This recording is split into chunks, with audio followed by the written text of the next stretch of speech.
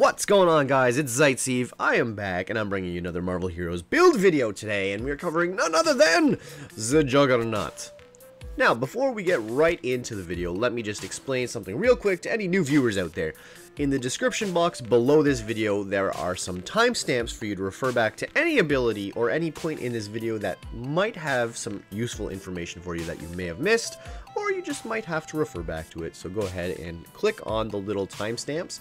It'll bring you right to any point in this video to make your life easier. With that being said, let's get into the video. Juggernaut is a hell of a lot of fun, easily my favorite character so far in Marvel Heroes. And what makes him a little bit different is he uses momentum. So instead of having the traditional spirit or say fury, it kind of works like a fury bar, except it only goes up when you're using movement powers. So it's actually really easy to keep it up, and there is some other abilities that will help you bring it up if you're really low on momentum. So let's get started with the first ability. And I want to say also, the order in which I explain these abilities is actually the highest priority ability you want to put points into. Don't worry if you can't because of the level caps and how they work, but just try to do your best to keep these, I'd say, top 3 abilities pumped at max at all times. So let's start off with the big elbow drop. This is literally the People's Elbow, and what I'm calling this build, the People's Elbow build. I personally call it the Wrecking Ball build, but the community has kind of spoken and said it's the People's Elbow.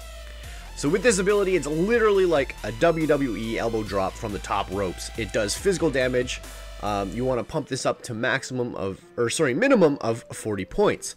It does a knockdown. It spends all of your momentum and adds 4% more damage per 10 momentum spent. So you can definitely hit pretty hard. I have personally hit up to about 2.1 million, I think is my highest so far with this ability. So it was kind of crazy. Let's move on to the next ability, which is Lariat. This is one of your momentum building abilities. So basically you're going to be spamming this while some of your other abilities are on cooldown. Not only that, it can hit pretty freaking hard, so you definitely want to make sure you're using it. It also helps buff your movement abilities, so your elbow drop and your Edge of the Fray, which is coming up next. It will add and increase 261 damage to movement powers. It'll increase your tenacity, so it'll be great for PvP whenever that works. And it stacks up to 3 times, so it does add a heck of a lot of damage. You definitely want to make sure you're at 3 stacks before you drop your elbow, because let's face it, the People's Elbow is kind of wimpy without the 3 stacks. Next ability coming up is Unstoppable Charge. This is your signature. This thing hits like a bulldozer. Literally, put your head down and bulldoze clear through everything in your path for a duration. You are unstoppable. So not only are you doing 145k damage twice per second for 6 seconds, you are also immune to crowd control. So as you know, it's a signature, so it's a 45-second cooldown, but you'll also gain plus 1% damage for every point that you have in your ultimate. So definitely want to make sure if you're picking Juggernaut, you're going to be using this ability off cooldown as often as possible, unless you're waiting for a boss, but then, you know, that kind of makes sense. Wait for that boss and trigger that cooldown. Next up, we've got Enter the Fray. This one is a really interesting ability. I really like it, and it's really key to the build. You launch yourself upward and then crash down into the group of enemies, causing a massive earthquake when you spend momentum. So it does physical damage of 53,000 to 80,000. Pretty damn high for 40 points. Your momentum will not decay for 4 seconds after using it. It has a 4-second cooldown. Now here's the key part. If you're below 30% momentum, you restore 30% of your maximum momentum. If you are above 30% momentum, this is where I try to use it most of the time, you will leave like this giant earthquake on the ground that will do 12k damage twice per second for 8 seconds. So it lasts a hell of a long time. But like I said, it's also very useful if you're really low on momentum to kind of give you that little boost to get started. Next up, we've got Human Juggernaut. This is a toggle ability, so you'll want to put this on a secondary bar and just check it every once in a while to make sure it hasn't accidentally turned on. Once in a while that bug does come back and turn off these abilities, but this ability is key for the Juggernaut movement build. Increase the rate of your momentum builds and utilize the gifts the Crimson Cosmos has given you by becoming an unstoppable force of destruction. Damage rating of plus 1,242 for movement powers. This is at rank 37, that's quite a lot. Now this part of the ability at this point in time is bugged. I don't know if it's actually adding any bonuses or not, but the tooltip could possibly just be wrong. Big Elbow Drop's bonus damage from momentum is increased by plus 0%. So again, I'm not sure if this is actually active or not. It might just be a tooltip bug, or it might just be an unfinished ability. We're not quite sure yet. Momentum gain rate is increased by 23%, so when you're moving around, you're getting your momentum a lot faster. Now here's another really good big key part to this.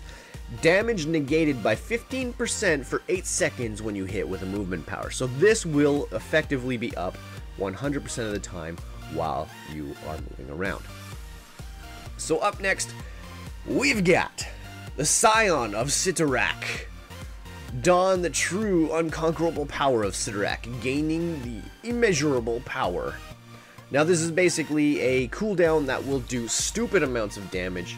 It increases your damage rating by 1,000, critical rating by 1,000, critical damage rating by 1,000, restore 20% of your maximum momentum per second for 8 seconds. So this is definitely your GG button when you really need to kill something. I typically, the way I will use this is...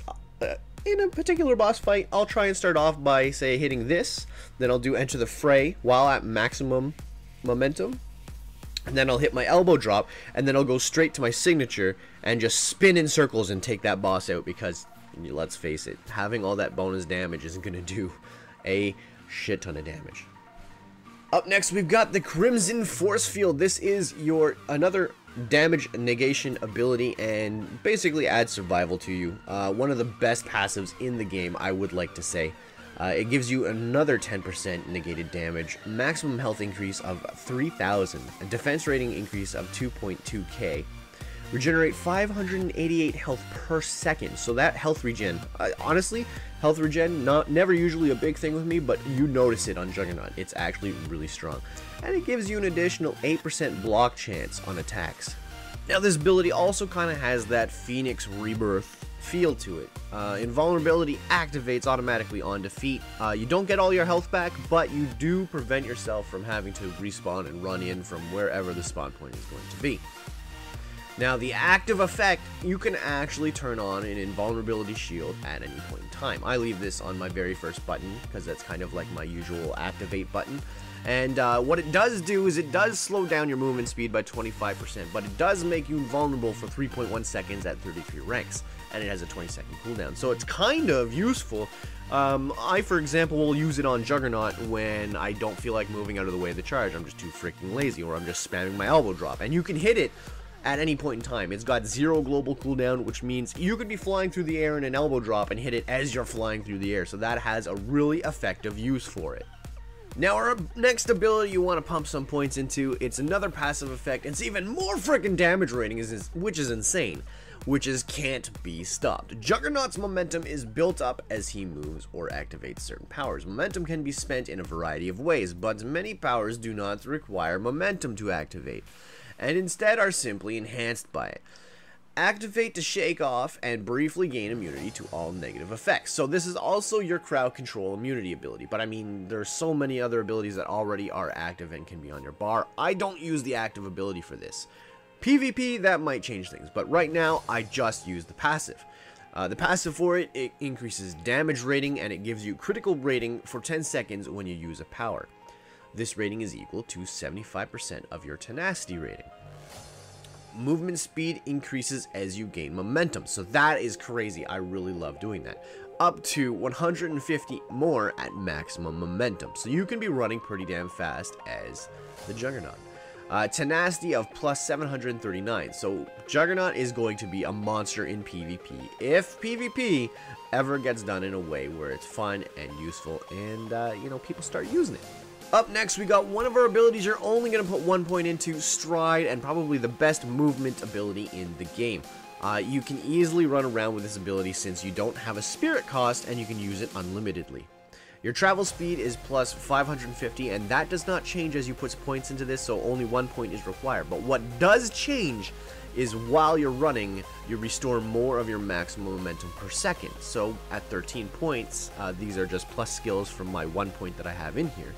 I restore 16% more of my maximum momentum per second. Now, if you are really lucky and you don't have any of the uniques yet, you can probably find a nice cosmic or epic that will have granted plus 20 ranks or more of this ability. And what that will do will help you gain momentum much faster when you're traveling between groups of guys that you need to kill. Up next and finally we have, don't you know who I am? I am the Juggernaut! This is another passive ability, but you're only going to be putting 1 point into this ability because the passive effect that you get from it does not change with any more points. So you'll be getting toughness, which is increasing your defense rating by 840 and maximum health by 1000. Now, what can be useful about this ability, and I don't use any basics on Juggernaut at all, so I actually put this on my basic slot. And when I'm running around and using left click to move, I will just occasionally hit shift. Because what the active ability for this does is it will do a taunt. And the taunt duration lasts 7.4 seconds at 13 points. But what it also does is it deals 10% less damage for 7.4 seconds to any enemy that you have taunted. So those guys, another way to negate more damage coming at you.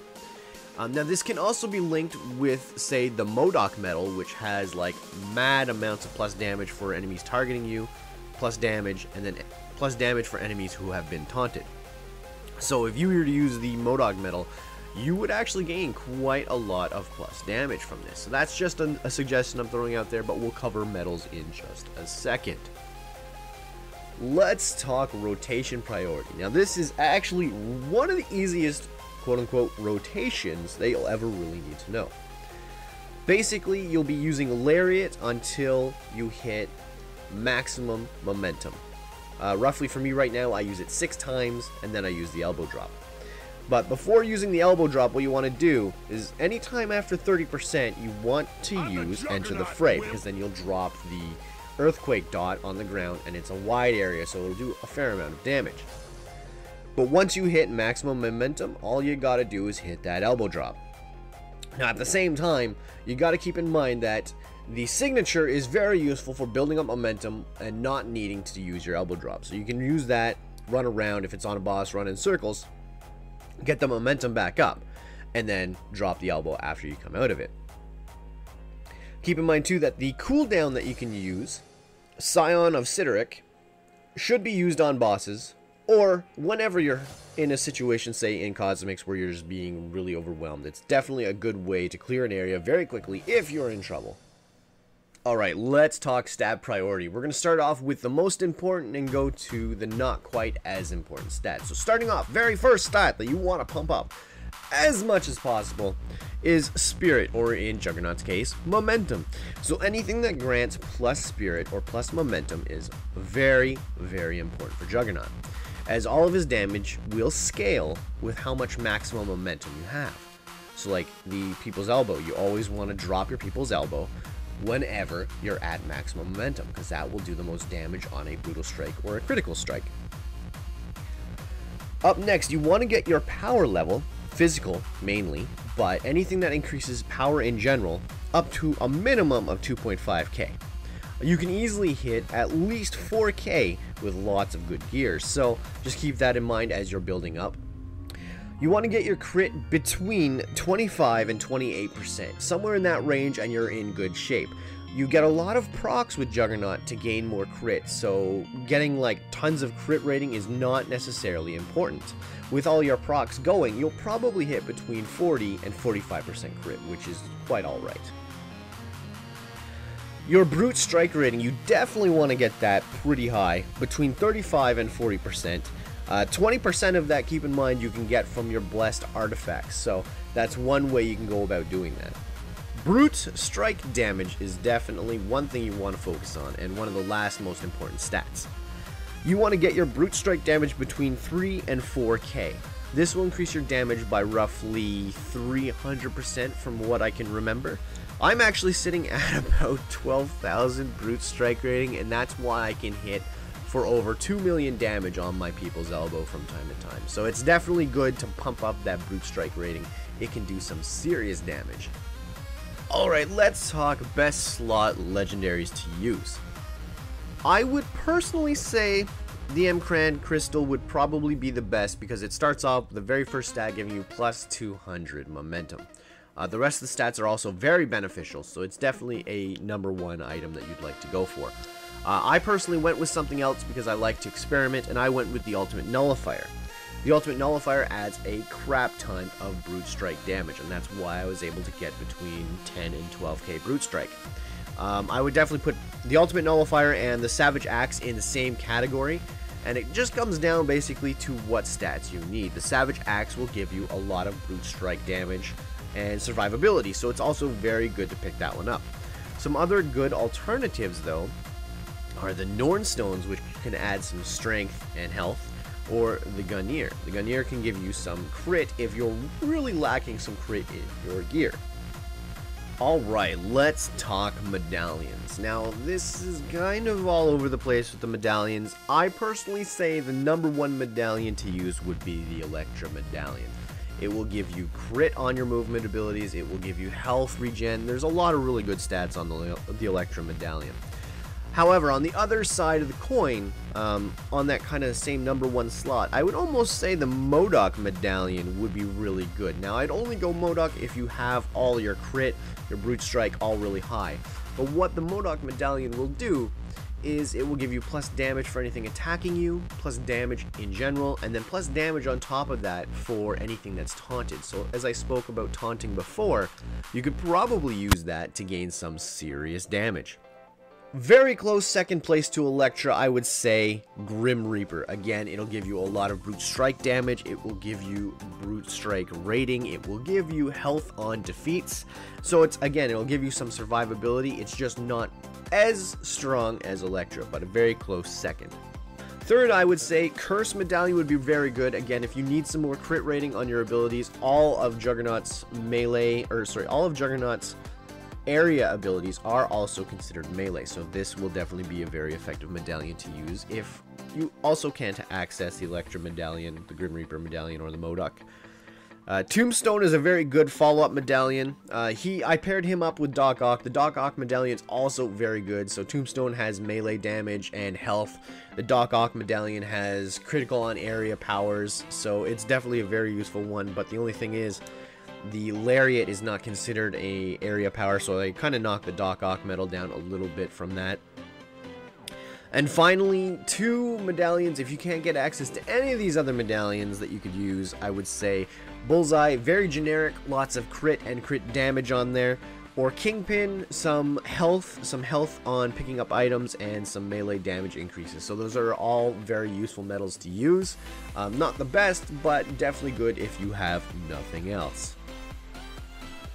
Alright, let's talk rune words! The rune words are, well, I honestly say there's only one rune word that Juggernaut should be using. And that is the one that you get from farming Juggernaut, which is the Unstoppable Force. As we talk about this build in this video, still have not gotten this frickin' rune word. It's driving me nuts. I really want to use it, but I still haven't. I've been farming Juggernaut all week. Anyways. With that being said, very, very close second is Viking Gladiator. It will be very effective for your build, as well as the Unstoppable Force. The Unstoppable Force, though, is clearly designed for Juggernaut, so I would say that one over absolutely any rune word. But other effective rune words are Bonebreaker, a very good one for melee. Blood Barrage, again, a very good one for physical damage. River of the Soul, I think that's a very useful one in a way. It'll help with your max momentum, but again, it's not the best in slot kind of rune word that you should be using. Heartbreaker is right up there with River of Soul, as well as God of Mischief. God of Mischief, it's kind of up and down. It has plus skills on it, plus to your signature, plus to your ultimate, so those are all very useful, but the stats themselves are kind of meh. The crits and all that, it's not important. And if you want to be a team player or a raider and you need more crit in your group, I definitely suggest Heroes of Asgard. It's definitely a very good one to use if you have the runes for it, but it's a very expensive rune word to make, so just keep that in mind if you're trying to farm for it. Alright, something new for my build videos, we're going to talk about the Omega system. This is a system that can be rather complicated. Now, the very first thing I'm definitely going to suggest in the Omega system is psionics for absolutely any character. Very two first abilities you should be loading up is Clairsentience, because it will give you plus XP per enemy defeat, and then Precognition also does the same thing. It will give you plus experience and dodge rating per enemy defeat. Other good abilities in the psionic tree would definitely be Shadow King's Possession. It will give you brute strike rating as well as crit hit rating and summon ally damage. Now that's not terribly important, the summon ally damage, but the crit hit and the brute strike are always great. There's also Melt Face, which is right beside the Clairsentience, which will give you plus brute strike damage rating, which is very important. As I said, with Juggernaut, you want all the brute strike damage you can get. Now we move on over to Molecular Adjustment, and in the bottom left of the tree, you will see Pym's Growth Particles. This is very useful as well, because it will give you 60 health, plus 1 strength, minor size increase. Now, of course, everyone wants that minor size increase as Juggernaut, because who wants to be a little wimpy Juggernaut? No one, right? Either way, the plus strength and the plus health are very good. Not so much in the beginning, but eventually you'll start stacking more strength and more strength and more strength, and you will be starting to hit like a truck, much like Juggernaut should do. I also suggest picking up the Terrigen Crystals just so that you can pick up the next ability after it, because it unlocks when you pick the Terrigen Crystals, which is Terrigenesis. It will give you plus 1 durability, plus 1 speed, and plus 1 strength. When you get the maximum points in the Omega system of 7,500, you can kind of throw points everywhere and get lots of plus stats. This will be very beneficial for you. Up next in the Omega tree, you can also put some points into stuff in the Nanotechnology tree. The very first one I would put points into is XP on enemy defeat once again, and it's Microsurgery Experimental Robotics. You're going to get them nanobots in your head. Pretty awesome stuff. And then there's also Spin Technology, which will give you plus damage rating versus bosses. Again, this is something that will be very useful against anything if you're doing raiding. After that, there is also Human Augmentation. Now, in the top right of the Human Augmentation tree, you can start off with the Deathlock program. It gives you plus damage on physical attacks, also very good for Juggernaut. You can move down to the Reaver program, just underneath that, plus 1% base damage on physical attacks, so again, pumping up your base damage is also very good. The one to the top left of that is the X-Tech Ops Cybernetic Body Upgrades. Also, again, lots of damage rating on top of physical attacks, plus defense as well, so it'll keep Juggernaut in good shape. Eventually, when you get enough points, you can go right down to the bottom, right underneath the Reaver program, and you'll get another plus 1 strength ability. So, like I said, you'll be able to stack those strength points and really gain a lot of damage over time. Now, that being said, that is pretty much it for the Omega system. One thing you definitely need to pick up is a sidekick, or a team-up hero in this case, but I like calling them sidekicks. The sidekick you want to use is Wasp. And why, do you ask? Wasp's very first passive ability that you get is the most amazing passive for any movement hero ever. Sting like a wasp, benefit while team up is away.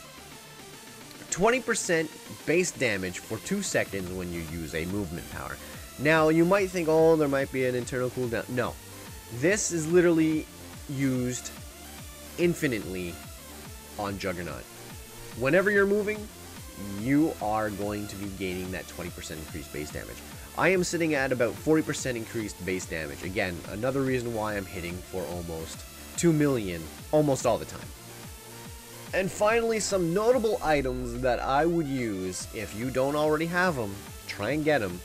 The Midtown's Guardian Signet, definitely one of the best items to use for any movement character. And the main purpose for this is the buff that you get right at the bottom of the list. When you use a movement power, gain the Midtown Momentum buff, giving you 30% increased damage bonus for 5 seconds. 30% is actually the maximum cap you can get on this particular roll for an item. So while you're looking for this ring, it will drop from the Midtown Madness cases on Mondays while in Midtown off bosses. So make sure you're farming Midtown Mondays all the time. Every Monday, Midtown, Midtown, Midtown. With that being said, there is also the Stone of Jordan. It's actually a throwback ring to the old Diablo 2 days. But what it does is it gives you plus 20 to mana, increases maximum mana by 25%, adds 1 to 12 lightning damage, and plus 1 rank to all powers. Now, it's kind of a joke ring, but at the same time, it actually does increase your maximum momentum by 25%, and gives you a plus 20 to momentum on top of that. So it's definitely a very effective ring to have when trying to cap off your momentum in total. So guys, if this video has helped you, please consider subscribing to the channel and help me make more content on a regular basis by hitting that like button, and let me know that you love these videos. And check out some of my Let's Plays, and I will catch you guys in the next video. Thanks for watching, guys. Hope this helped make you a boss. I'll catch you on the flip side. Do I look like I'm in a talking mood?